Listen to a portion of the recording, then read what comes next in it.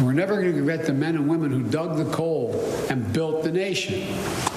We're going to do right by them. Make sure they have opportunities to keep building the nation in their own communities and getting paid well for it. We're going to take money and invest it in clean energy jobs in America. Millions of jobs in wind, solar, and carbon capture. So that was President Joe Biden this afternoon declaring this climate day at the White House and signing those extensive executive orders that we covered earlier. So joining now to talk more about what the Biden administration is trying to accomplish and how they plan on adding millions of good jobs, they say, to the U.S. workforce, Ali Zaidi, who's Deputy National Climate Advisor. Ali, thanks for being with us. Good to be on. During the election season, I was up in, like a lot of reporters, up in northwestern Pennsylvania, a lot of fracking up there, talking to workers up there who were absolutely convinced. They'd seen how the oil and gas industry and the fracking industry up there had changed their communities, really brought them back from the dead, is how they put it. So despite the president's moderate rhetoric on this, they are concerned. A lot of progressives in the Democratic Party are advising him maybe, and they don't believe there's not going to be a ban on fracking. Aside from his reassurance today, how in general are you approaching all the people, not just in Pennsylvania, but who are depend on that aspect of the oil and gas and energy industry? Thanks so much, and that's a great question. I'm actually from Northwest Pennsylvania. Grew up there.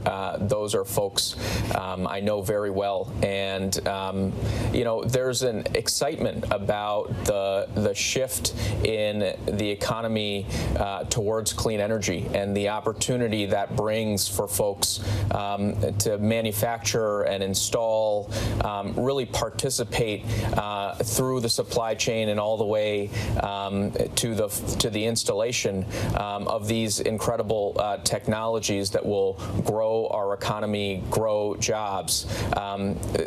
As you noted, President Biden was very clear about his position. The focus in terms of today's executive order was largely on our posture with regard to public lands. But we're so excited to be able to put the throw weight of the federal government behind this jobs opportunity, create good paying union jobs all around the country doing this work. Well, it's great to hear you're from that part of the country, so you get it, right? And the ambition that you're talking about, the president signed that executive order. It is quite ambitious on its long list of goals that we saw there. As you said, there's jobs, there's putting climate change front and center of foreign policy and national security decisions, establishing a national task force including 21 government agencies, directing the federal government to use carbon pollution-free electricity and zero-emission made-in-America vehicles, pauses new oil and gas leases on public lands. Now, that last one's getting some pushback already from the industry and Republicans in Congress. They say it's just going to push energy producers overseas. So on natural gas, your response? Look, we have been, again, very clear on this point. The focus here is about new leases on public lands for the development of oil and gas.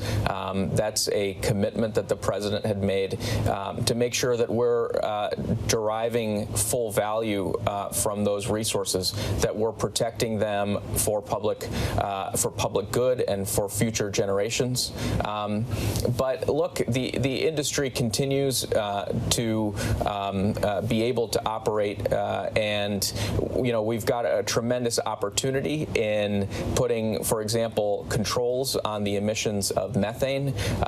That's going to employ folks across the supply chain, and again, right at the wellhead, and helping tamp down those leaks. But this is not a policy that's focused on private lands. It's not something that impacts existing legal leases.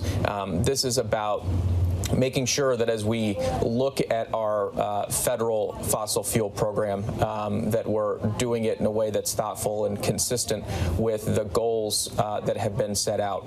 Ali Zaidi, Deputy National Climate Advisor, thanks very much. Thank you.